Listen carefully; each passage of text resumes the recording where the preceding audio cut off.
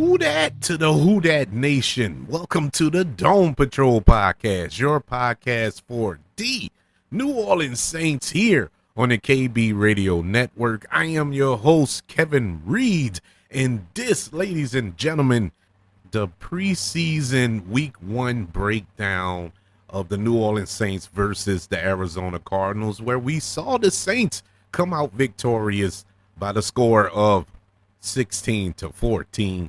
And this was your typical preseason game. It was no flash. There was no excitement, really no big highlights to take away from. And when you watch preseason games, you're not really watching it for all that. You're watching preseason games to see the matchups, to see who is vying for certain positions, whether it be a starter or to be a backup to the starter. And so there's a lot going on behind the scenes that you pay more attention to. You're paying more attention to the O-line. You're paying more attention to the D-line. You're paying more attention to the linebackers and your backup running backs and your wide receivers. Who is going to stand out as the number three receiver here? Really the number two, because let's be honest, I like Shadeed, but is he a true number two? Can somebody else come along and fill in that void? And that's not to say to do away with Shadeed, by no means. I'm saying, use him more in the slot or something like that. But there's nobody that really has stood out in that role. And you can make an argument, we haven't had no one stand out in a number one role. All due respect to Chris Olave, but Chris Olave hasn't shown he's a true number one yet. I mean, we're going into his, third season?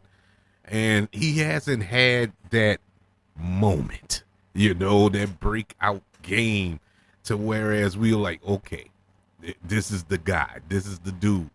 We haven't had that yet. We saw flashes of it, but we haven't had a consistent, he's a beast mode type situation going with Chris Olave. Now, a lot of that is not his fault.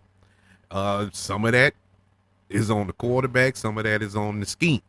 And so this is truly the year to kind of observe Mr. Olave and see where he's at, what type of player he is, what type of receiver he is, especially fitting in this so-called new innovative offense. That was another thing that we wanted to look at this week and the next couple of weeks in this preseason. This new and reformed offense that the New Orleans Saints have under Clint Kubiak is supposed to be a more updated offense that is currently ran by 30 other teams in the NFL who are successful. But we have been stuck in this prehistoric 2003 style of offense that everybody has picked up on. And so we're finally moving forward and trying to catch up with the rest of the lead here. But you're not going to get to see the whole package in preseason. I'm not naive to sit here and say, oh man, this ain't working either. I was watching not watching, but listening to some watch-alongs while I was watching the game, just to see what other people's head was at. And a lot of people who I was listening to were like, man, this looks pedestrian. Where it is pedestrian, it's the preseason. Have you ever watched a preseason game? That's what I wanted to say. But I'm not on that feed. But it's like, man, come on, man. Y'all got to use your head. You're not going to get this Kyle Shanahan style end arounds and all this other foolishness. No. Now, we did get some form of innovation. I did see motion. I did see play action. I saw a couple of bootlegs, and you know, it kind of shocked me. Like, man, I haven't seen this out of a Saints team, and God knows how when, if ever. That's weird, and that was maybe 5 or 6 plays where I saw that stuff, but the rest was basic. And as far as a drive is concerned in this game, what impressive drives did the Saints put together? None. Other than 2-minute drills at both endpoints of this game, the end of the first half and the end of the game. Those two drives were put together, and to be 100% honest with you, those weren't really drives. The drive at the end of the game, we saw a nice deep ball thrown by Jake Hader to A.T. Perry along the sideline to set up a field goal at the end of the half. That was cool, but that was the drive, that one deep pass.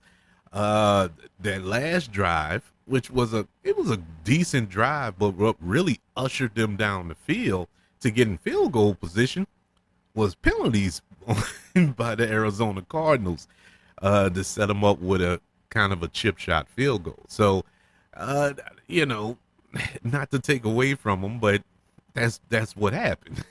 Let's just be real. But both teams were just going through the motions, to be honest with you. And you know, like I said, I wasn't expecting a barn burner of a game here. I just wanted to see these matchups.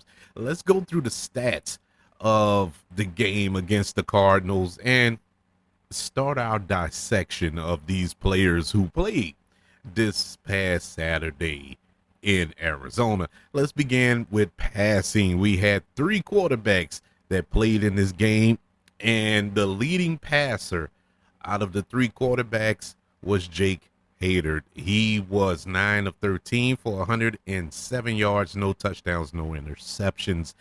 And the majority of that 107 came on that deep bomb that I was talking about earlier to A.T. Perry in that final drive of the second quarter. But kudos to him. It was a pretty ball. It got there. To be honest with you, A.T. Perry could have kept running.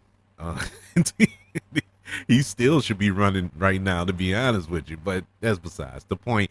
Our second leading passer was Spencer Rattler.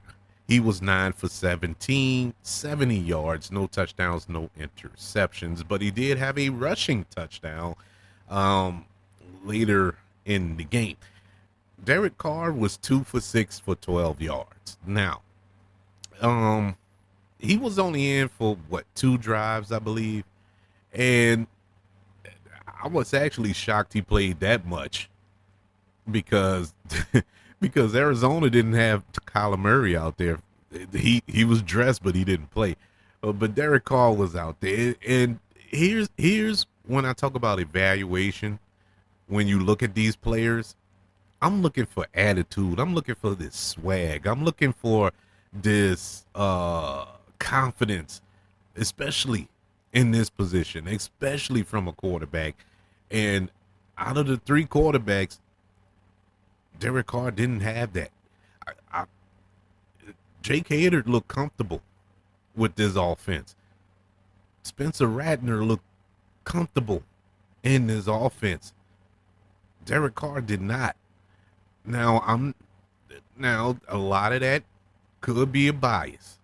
I'm gonna just throw that out there now because I make it no secret that Derek Carr tore his draws with me last year as a Saints quarterback. Not the biggest fan of Derek Carr, but I'm still willing to give him a shot. Why? Because I'm a Saints fan.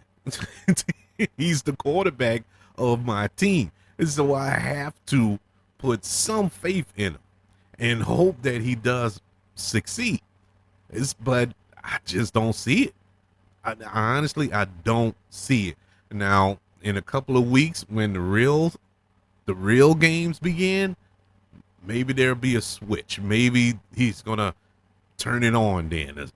I'm praying that he does. Highly unlikely. It was just it's just something about his attitude that just doesn't. And it's not a bad attitude. It's not like he's stomping up the sideline like, oh, this is my team. I don't have to do anything. It's not that. He just doesn't look right. He does not have the swag, man. I mean, Jake Hader looks, because I don't want to harp on Spencer Rattler, who was my pick. I like Spencer Rattler. I hope that he becomes the future of this New Orleans Saints franchise, but that's down the line. I'm not saying stick him in now, but look at Jake Hader. He looks like he's ready for prime time. He looks like he fits into this offense. Now, he could have been putting on a show, but that was some real good acting to me. You know, he looked poised. Ratner looked poised. Carr looked like he was the rookie. But like I said, it was only 6 dropbacks.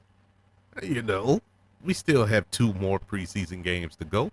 We'll see. We'll see if he plays any more preseason games. We know last year he only played 1 drive the entire preseason, and we saw the results of that. So we'll see how it goes moving forward. Let's move over to rushing. In our rushing category, the leading rusher in this game against the Cardinals was Mims. He had 10 rush attempts for 38 yards, no touchdowns. Robinson had 7 carries for 28 yards.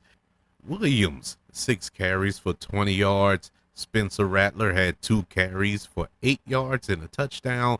Kamara had 2 carries for 3 yards. Jake Hader had 1 carry for 3 yards. And I must say, I'm a little worried when it comes to the running back position. Not because of Alvin Kamara, because Alvin Kamara knows his job. He understands the assignment. The couple of times he ran the ball pretty well. I know 2 yards or 3 yards, whatever it was. One was called back because of a holding. Actually, a couple of them were. But I like the way he ran the ball when he hit the hole. You know, he has that explosiveness, that first cut. The other running backs don't have that. Jamal Williams does not have that.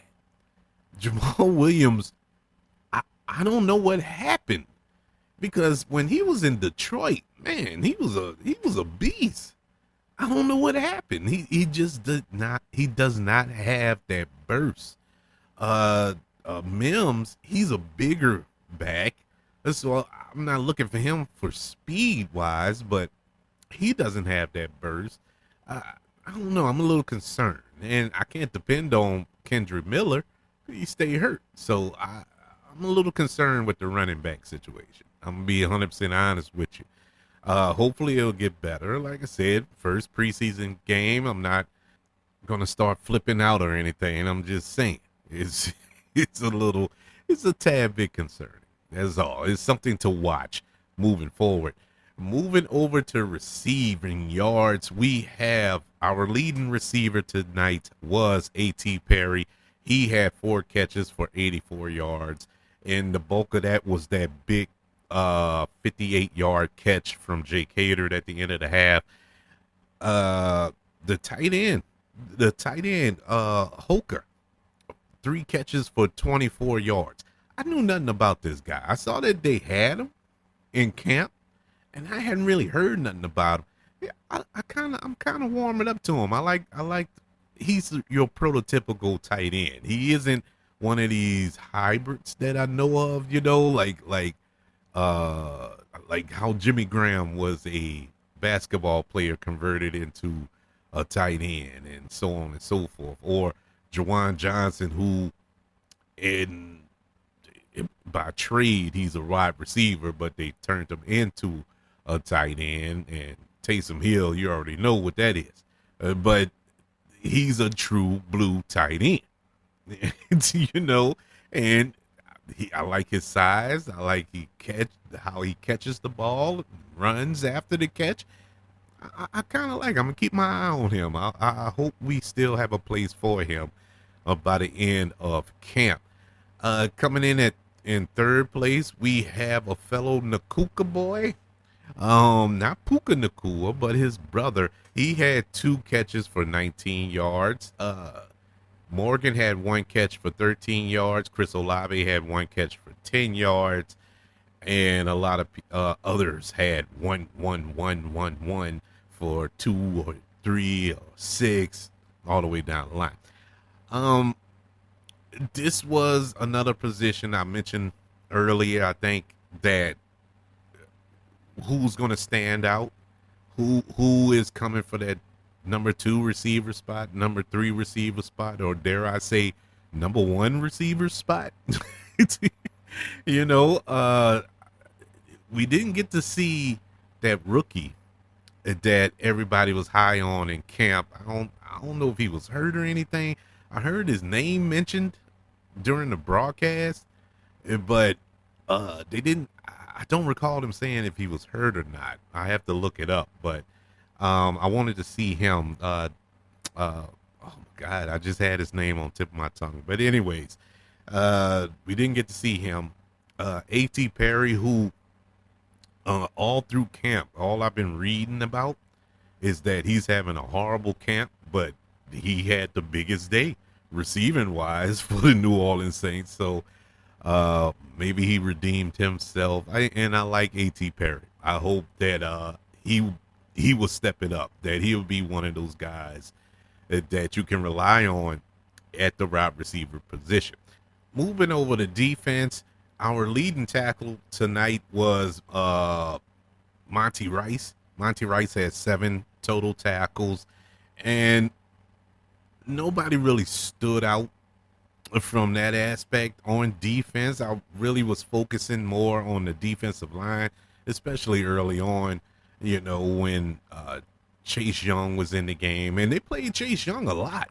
I really wasn't expecting him to play at all. This was kind of a shock to me that he played, but he really came to play, and he made his presence known on every single play. Am I expecting that every game? No, I'm not expecting that every game. But it's good to see our defensive line getting pressure without having to blitz. Um, Heck, even in the past, blitzing we couldn't get there, so it was it was a struggle. But to see Chase Young get in the backfield, to see Brian Brasheed get in the backfield, Carl Granderson to get in the backfield, that was pretty awesome. That was pretty exciting to watch from a fan standpoint. Yeah, I mean, we had 4 sacks as a team tonight, which is pretty awesome. And so that was good to see. We didn't get any turnovers, but there were a lot of pass breakups. Coverage was pretty tight, except going across that middle. And that was more towards the end of the game when we got towards the bottom half of our depth chart. So I'm not tripping over that either. But there was a lot of pass defense from our secondary, and Kool-Aid showed up. Kool-Aid had a few good plays as well. It was great to see that. I'm very encouraged by that. So overall, as a team, Saints had 286 total yards against the Cardinals. We didn't force any turnovers, but more importantly, we didn't turn the ball over either. We had 17 first downs, and we had the ball for 28 minutes and 51 seconds. Saints had 9 penalties against the Cardinals, which is all right. Which isn't bad for the first preseason game. You normally see double digits in the first preseason game, especially with rule changes and the refs try to implement a lot of those rules and try to bang it in our heads by throwing the flag a lot during the game, but not too much here. I mean, 9 is a lot, but not by the standards of preseason. And so I was actually kind of shocked by that. And so that was good to see. That was good to see because that tells me that there is a level of discipline being implemented into this team, something that we haven't experienced in 3 years. So, once again, I'm encouraged. I guess the word for today is encouraged because I am encouraged by this opening game. Am I ready to scream Super Bowl throughout the streets of New Orleans now? No, but I do feel happy that the Saints look like they're trying to get it together. Now, whether it comes together this season, I don't know. The jury's still out on Dennis Allen as a head coach. I still have zero faith in him. When the chips are down, unfortunately, it's going to have to take the Saints being in an impossible situation to whereas he's actually going to have to coach.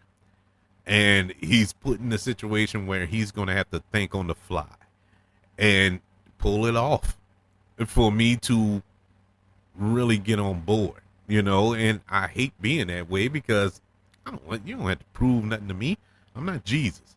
And so you don't have to go through all that. But you have lost so much faith, I guess you could say, or I've lost so much faith in you as a head coach. I can't help but request you to do something walking on water in order in order for me to get on board with it. But we'll see, man. This is going to be an interesting year. This is do or die this season. Do or die. I hope he do. I really do. As much as I hate on him, as much as I hate on Derek Carr, I need them to get it together. I can't go through another season like last season. Can't do it. And so here's to you, gentlemen. Let's get it. Let's go. Who that, baby? But the Saints did win. Kudos to him for that. It was impressive to see the young quarterback lead this drive, and that's what I was talking about with the poise. He was very poised. I'm talking about Spencer Rattler. Very poised in that last 90 seconds of the game to lead the Saints down the field. Like I said, he was helped with penalties, but at no point during that drive did I feel they weren't going to get in field goal range. He just looked comfortable. The team looked like they were comfortable, like they were behind him. They were, you know what I'm saying? That's what you need. Last year, you didn't have that feeling with Derek Carr. It looked like the team was ready to throw him completely under the bus, then bag it up and roll over him again. And so it was good. It was good to see the team come together as one. This upcoming week, the Saints will be traveling to San Francisco as they hold joint practices with the San Francisco 49ers, the team they will be facing in week 2 this preseason on next Sunday, August the 18th at 7 p.m. on Fox. This can go one way or the other. This can go the good way, which I'm praying for, where we go up against or practice with a team with championship pedigree. Even though the 49ers haven't won the Super Bowl in a few years, they've been there multiple times in the last few years. Just went there last season. And so they know what it takes to get to that point, at least. Maybe not cross the bridge, but they can get to the base of the bridge. We being the Saints, we don't even know where the bridge is located. So we can, iron sharpens iron. And so if you going up to San Francisco practicing against this team, it can only make you better. And well, not only, either you receive it or not. And that's the way that I hope it don't go, to whereas they just completely just outdo everything, out practice you, outrun you, out physical you, out game plan you, and you just lose all hope, all encouragement that you have moving forward in the season. It can go that way as well. So it's going to be a flip of the coin on how this will play out. Will you accept this challenge with this team? Because I would imagine 49ers not going to just go and be all loosey-goosey with you at practice. They're coming with their full arsenal. Maybe not so much in the game, because when they do joint practices, the real games be the practices. When they actually play, the teams actually play, it'd be so subtle, so subdued. Ain't nothing really happening. They don't run any plays because they've ran them all just this past week in practice. And so what we're going to see Sunday is going to be watered down. The real meat and potatoes of this will happen throughout the week next week during practice. So that's what I'm excited about. I hope that this fuels the Saints to do better, be better, and win. So we shall see. But I would like to know, what did you think about the Saints' victory over the Arizona Cardinals? Did you enjoy the win? Do you think this is the sign of things to come? Or are you like me? You're like, it is what it is. It was a glorified practice, which it was. It really was. But are you also like me, just happy to see the Florida Lees on TV? Oh my God, it felt good to see the Saints on TV playing a game. God, that felt good. But I would love to know, how did you feel? Email the show, kbradiopodcast@gmail.com. You can also search for this show on all social media platforms. Just search for the KB Radio Network. Also, ladies and gentlemen, don't forget about YouTube. Subscribe to the KB Radio Network channel on YouTube and like this video if you don't mind. Also, don't forget about the 5 stars, the reviews, and sharing this show. If you're listening on Apple Podcasts, Spotify, iHeartRadio, wherever you are currently listening to the Dome Patrol here on the KB Radio Network. Everybody, thank you for joining me for this breakdown of the Week 1 preseason matchup between the Saints and the Cardinals. Oh, man, football is back. Can't wait to speak to you next week when we preview the Saints versus the 49ers next Sunday on Fox. Until then, I'll be screaming to the top of my lungs, who that?